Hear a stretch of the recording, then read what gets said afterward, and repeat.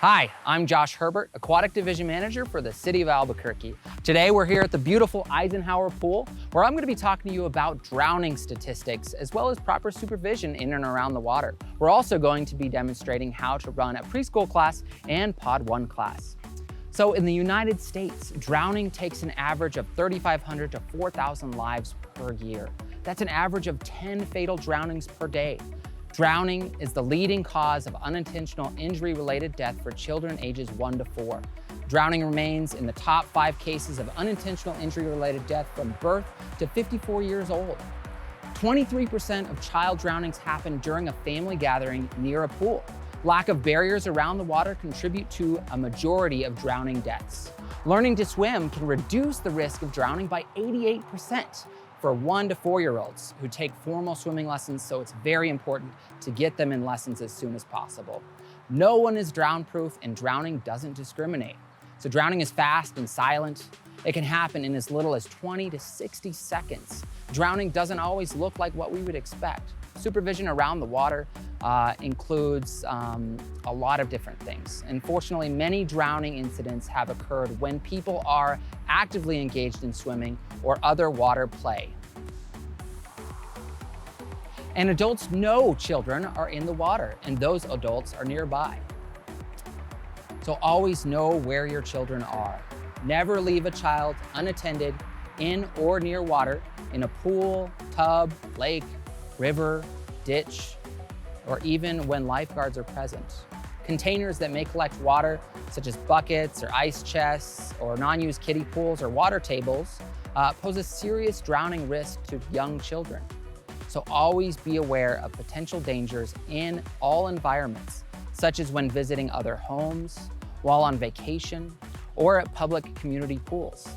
Survey the area for secure fencing, locked gates, covered pools and spas, and protected backyard ponds. Never leave your child in an environment with unprotected water hazards.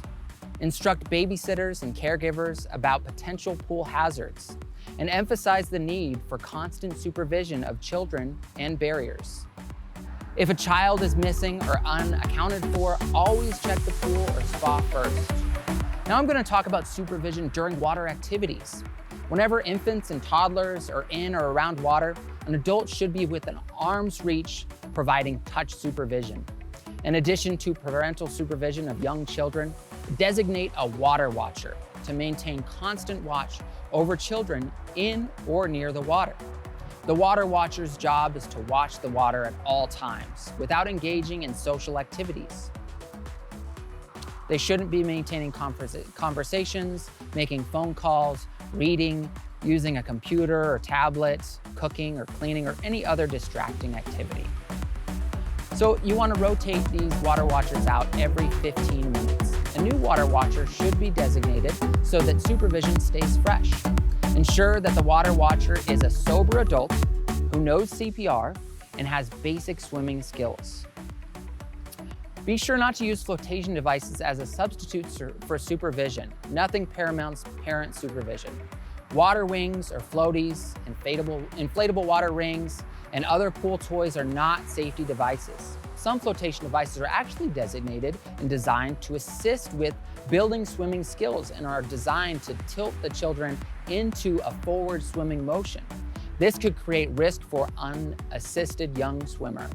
Only U.S. Coast Guard approved life jackets are designated and tested for safety.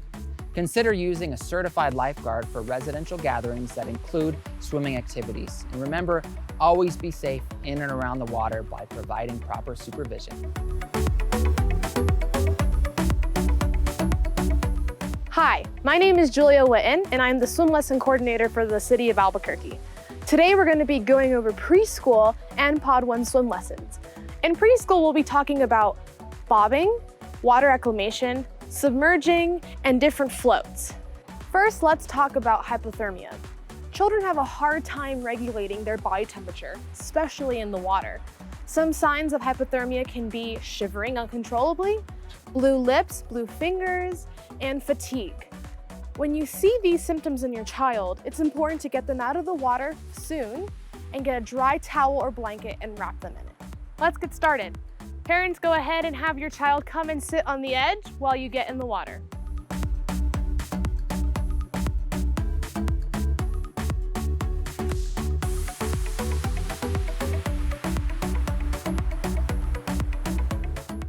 All right, so the first thing we want to do is get your child ready to get in the water and nice and wet, and slowly introduce the water to them. So the first thing we're going to do is we're going to start from the feet all the way up to the head, and we're just going to slowly begin adding water to their bodies with your hands, trickling it down. And we like to sing a song that goes like this. This is the way we wash our feet, wash our feet, wash our feet, and we go on with every other body part that we are adding water to. So go ahead.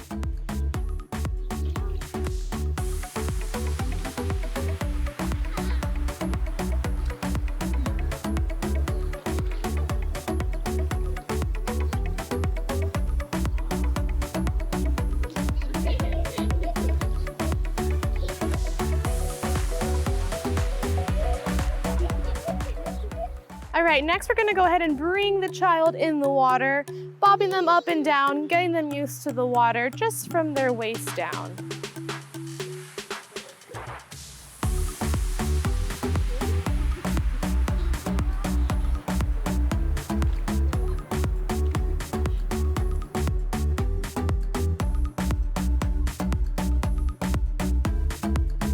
Next, we are going to be walking across the pool. All right, so now we're going to be doing some bobbing. This is a really important skill to build up over time, and you want to start off nice and slow, them just bobbing slightly to their knees and building it up all the way to where their head is comfortable going all the way in the water. It's important not to rush this at all and to really just make sure you're going nice and slow and comfortable with your child's comfortability. So you can go ahead and hold their hands, or they can hold your fingers, and you're gonna help them bob up and down. But we're gonna go ahead and practice submerging now. It's really important that you make this super fun and interactive for your child. So I highly recommend using toys for this. So we have some surface level toys and some deep water toys that sink so that they can practice grabbing the treasure and coming up with all the treasure from the treasures. Sounds good? All right, I'm gonna plop them in, okay? Close your eyes so you don't see where I put them. All right, go find all the treasure.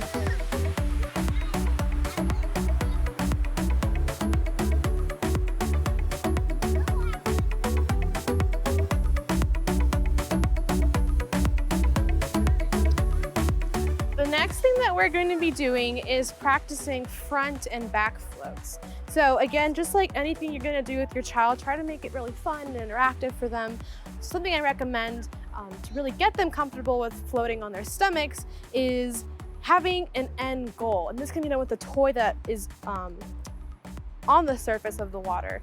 You have the toy at a certain distance and you help your child float on their stomachs to go and grab it. We have to go and try and grab the toy on our tummies. So parents, you're gonna wanna hold them and grab the toy. Good.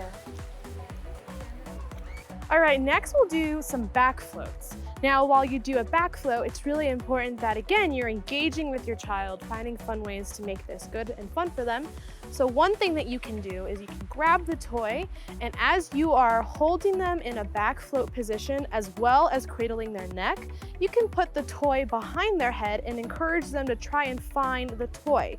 Again, it's important that you're cradling the head at all times during this so that they don't submerge their head underwater. Another thing that you can do is also encourage them to make a starfish with their arms and their legs and really embody that star. Another thing that is really awesome to implement with floating is getting their legs and their arms used to moving. So one thing that we can do for that is red light, green light, where they are kicking nonstop. When we say green, when we say red light, they stop. So that's a good way to get them their legs moving and get them used to the water. So with this, there's 2 ways we can do this. Parents, you can hold your child in that floating position and move them as they're kicking when it's green light and stop them when it's red. And another way we can do this is have them also hold onto the wall if it's available where you are, and have them kick with its green light and stop kicking when it's red light. So there's a lot of ways you can do this, but for now we'll just go ahead and do it with you holding your child, walking while we do red light and green light. So let's go ahead and get ready for that. Are you guys ready? Yes? Get those legs going. When I say green light, we're not there yet. Let's get ready. Ready, green light. Kick, kick, kick, kick. Kick hard, kick hard, kick hard, kick hard. And red light. Nice.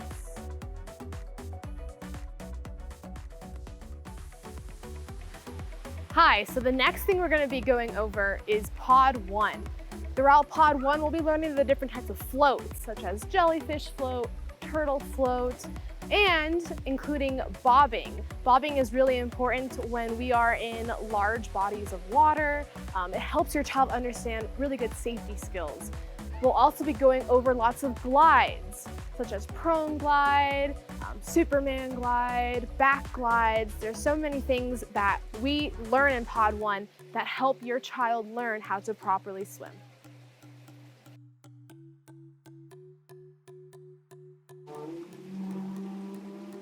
Hey, good job.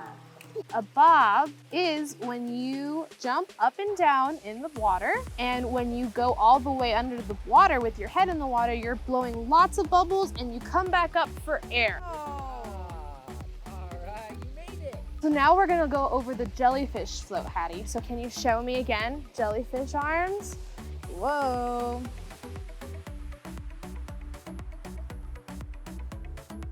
All right. Ready? Blow your bubble and go. Wow. Nice. Now we are going to do a turtle float, where it's gonna be kind of the same position as the jellyfish, but you're gonna wanna bring your body in and hold it, and then come back up, okay? Ready? 1, 2, 3, go. Nice. Wow. You was held like that one 5 longer. alligators. Want your foot right here on the wall, arms out, and you're gonna push off, bring your legs together, okay? 1 foot on the wall. Both hands way, way up. And go. And look back behind you. And stick your belly out. Stick your belly out. Stick it out, stick it out, stick it out. Stick out that belly, stick out that belly. Like a starfish. Ready? Okay, ready, go, push, push. Good job. Oh. Wow, I wasn't even holding you. So before we start kicking with the kickboard, we're gonna wanna start kicking on the wall so we can learn about what we do with our legs. That's some good kicking. Good job, little kicks. Little kicks. Point your toes, point your toes. So we want to put our arms on the kickboard like that. You want to hold the front of the board so it helps support you. You try. And little kicks. Good job. Little kicks, little kicks, little kicks, little kicks.